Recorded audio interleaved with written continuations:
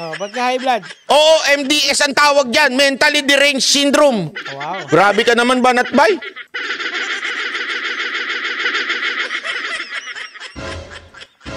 Hilig nyo kasi makinig sa mga luka-luka eh. Tuloy. Tinuloy ang hearing.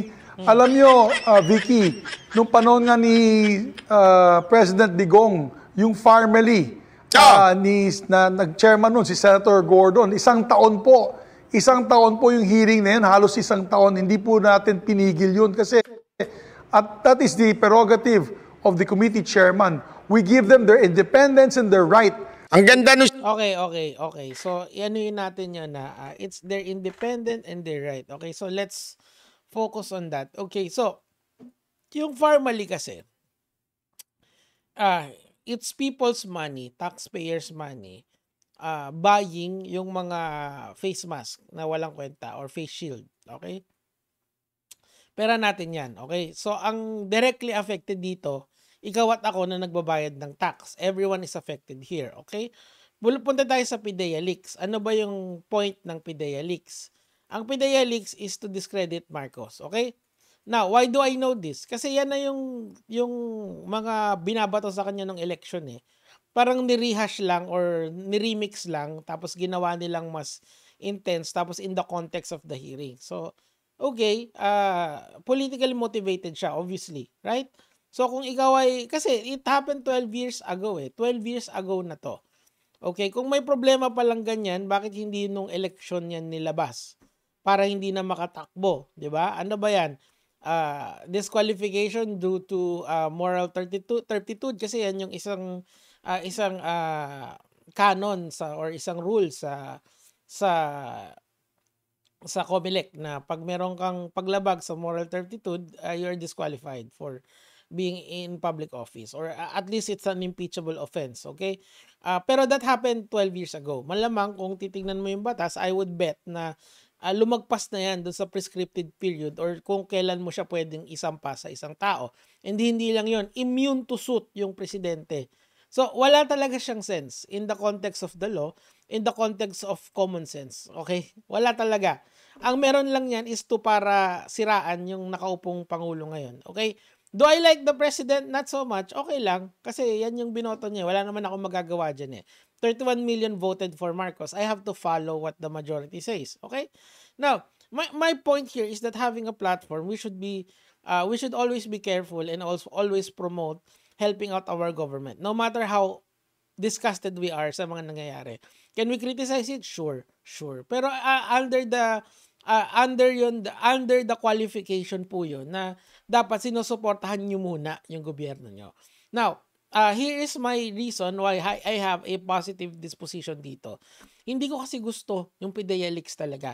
There are far better issues na pwede mong ibato kay Marcos in relation to criticizing him. Okay? Una dyan, yung ekonomiya.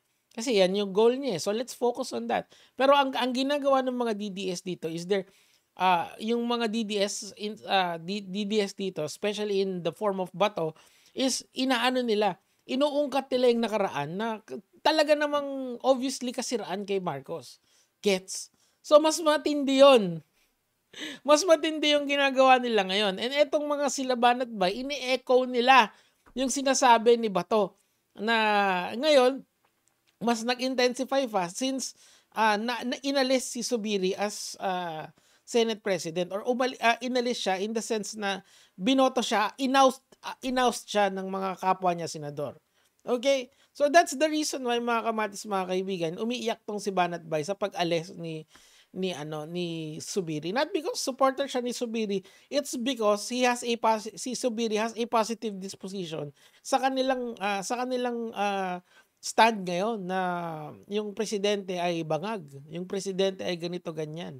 It supports the narrative. Ngayon, inalis yan kasi nga wala namang point yung PIDEA leaks na yun eh. It's not like the Farmally scam na yung mismong economic advisor ng Pangulo mo yung involved. Dito ang involved dito, isang agent na hindi mo alam kung, alam mo yung puntos lang doon ni Morales doon, yung dinis niya si Jinggoy, yun lang. After nun, I agree with Cheese wholeheartedly na hindi na credible yung witness mo. Dapat nang i-disqualify yan. Okay, pagkatapos ni Morales, it's over. Sino na kukunin mo? Si Maharlika. Asan ba si Maharlika? Wala naman dito sa Pilipinas. So, it's a waste of people's money, yung PDEA leaks shit na yun. 'Di ba? So ngayon kung ano kasi yung point noon kailangan isipin niyo ano yung point ng mga ginagawa nila for Senate hearing. Bakit tayo nagpapa-Senate hearing? In aid of legislation. Ano yung ile-legislate natin kapag natapos yung Senate hearing na yon? Meron na tayong Data Privacy Act. It's very robust, okay? Would we amend it for what? Ano, para pagka may punch hole yung dokumento is add natin, di ba? It's a very stupid notion na ginagawa nila. It should have been stopped ages ago. Pero si Zubiri pinatuloy-tuloy niya pa rin. Now, nagkaroon ng voting process yan. I'm not totally sure kung paano, pero ang score is 15-9. 15 in favor of alisin si Zubiri and 9 parang ayaw or may nag-abstain dyan. Yung mga binanggit niya probably is yung mga taong bumoto nag-vote in pa rin sa kanya to stay as Senate President. Diba? Ngayon, si Cheese na, I think si Cheese would have a better grasp of it. And syempre, matalino si Cheese. Idol ko yan Tsaka ganda na asawa ni Cheese. Kahit ibang ilista. Dali na natin. Sinabi niya, nung panahon ni Duterte, bakit tingnan mo? Kasi nung panahon ni Duterte, tandaan nyo rin yung Farmally na yon. Pa-exit na si Duterte nun. Okay, 6 years or 5 years in na siya sa kanyang termino nun. Okay, patapos na. Ngayon kasi, possible pa lang yung may 2 years pa lang silang nakaupo and magbi-midterms election na. Okay, so magkaiba ng context yun. Ang problema kasi, baka isipin ng tao nga si Duterte, hinayaan niya fair siya. Hindi. Tingnan niyo yung buong context. Okay. Buong context nung Farmally shit na yon, 2 years yun. 6 years nang nakaupo, 5 to 6 years nang nakaupo si Duterte. Ngayon, 2 years pa lang. Sinisira na agad nila si Marcos. Diba? Unfair yun. Hayaan niyo muna. Kasi ano yung next step nito? Saka sakaling mag-succeed sila. People power na naman? Tatrapikin niyo yung putangin ng EDSA? Hindi na. Ngayon na may platform ako para magsalita, I will prevent you people from ruining my country further. You've already ruined it nung election, okay? Hindi, tama na, okay na. Susuportahan ko na lang yung current government ngayon. Kung ano yung mga policies nila, i-introduce ko sa tao. Kung ano yung mga magagandang nagawa nila, i-introduce ko sa tao. Kung ano yung hindi magandang nagawa nila, i-criticize ko, magsasuggest ako ng way para pagandahin yon. Tapos next election cycle, doon ako pipili ng tama, 'di ba? Hindi ko papalitan ngayon kasi mas matrabaho yon. Mas magulo yon. Ayoko ng gulo. Kung ikaw gusto mo ng gulo, punta ka sa West Philippine Sea. Maraming kakala mo naman, katapang-tapang mo, banat ba, putang ina. Matapang ka lang naman kapag